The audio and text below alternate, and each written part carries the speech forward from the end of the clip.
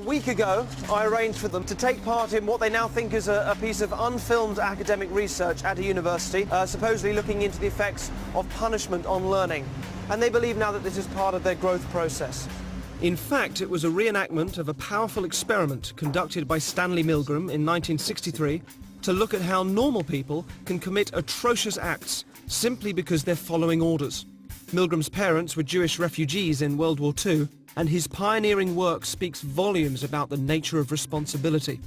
It's being filmed with covert cameras. Thank you. Come in. They're introduced to an actor pretending to be another participant. You didn't come from the same room? No.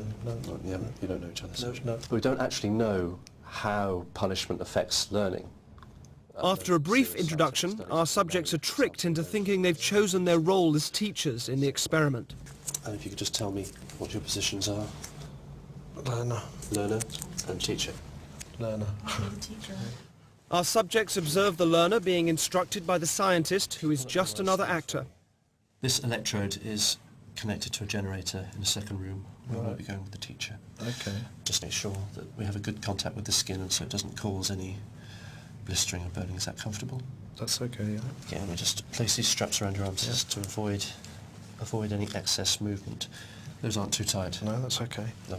The teacher will read out some word pairs to you. Blue, girl... The learner is told he's going to be asked a series of memory questions by the teacher. He will have to remember word pairs and then correctly remember them when offered multiple choices. If the answer's incorrect, you will receive an electric shock. The teacher is then taken next door and shown the generator, which ranges from 15 volts all the way up to a lethal 450 volts. The domestic electricity supply in the UK is, of course, 240 volts. Our teachers are given the list of questions and told to increase the voltage each time the learner gets a question wrong. They are then given an example of a low voltage shock. And try and estimate in volts the amount of shock you feel you're getting. Okay.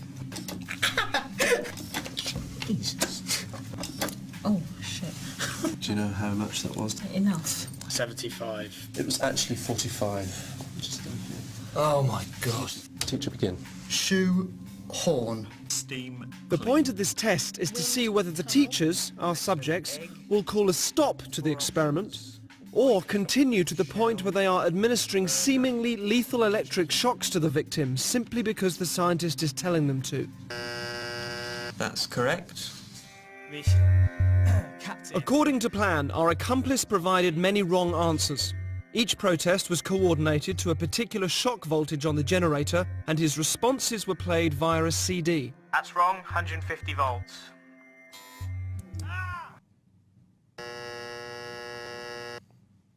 That's wrong. 225 volts. Take it off! I've had enough of this!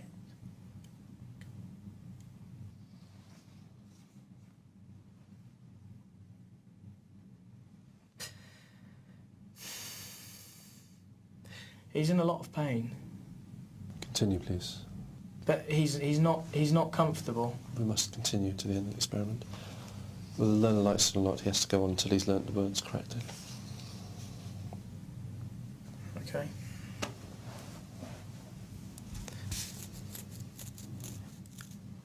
Forest. That's wrong, 240 volts.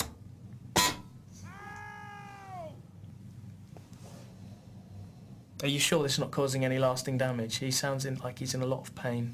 Well, the shocks might be painful, they're not harmful. What does that mean, though? They're not harmful. Sorry, I'm not getting you. When you say that they might be painful but not harmful, They cause no long-term damage. okay, so what does that mean? That it doesn't leave any scars? It causes no damage. That seems very cold and calculated to me. This doesn't seem like a very... Anyway. Golden.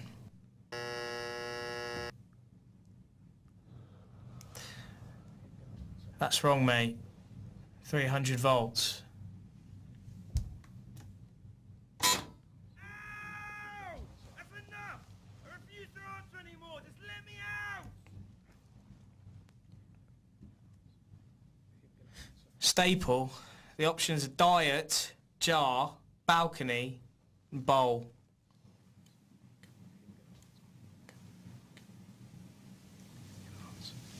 I'm going to answer.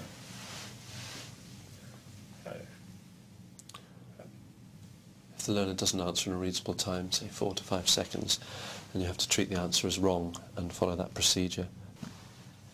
Did you hear that, learner? Just any response, mate. Come on. Wild guess.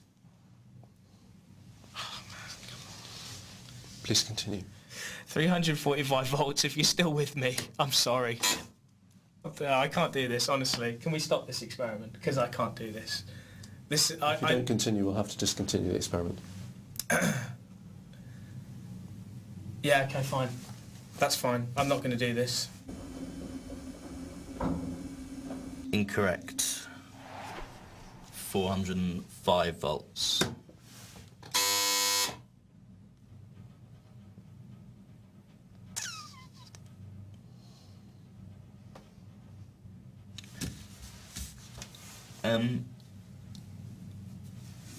Sorry, I don't know, does someone want to check on him or something? It's just he's not making any noise now and he was before, and well, I'm quite happy to go on, but I'm just a bit worried about... If you would continue. Yeah, I'm just a bit worried because he was... Like, he was, like, complaining before about the... But no harm will come to him. But he's not making any noise now. It's essential that we continue with the experiment.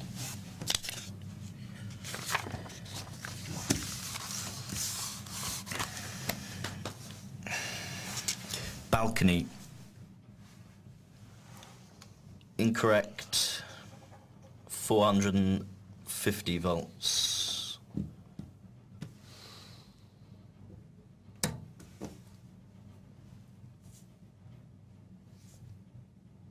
You promise he's not... It won't... Please continue with the procedure. You say it hurts, but it's... Because it's like... It says they're dangerous situation. It'll be alright, yeah? Please continue.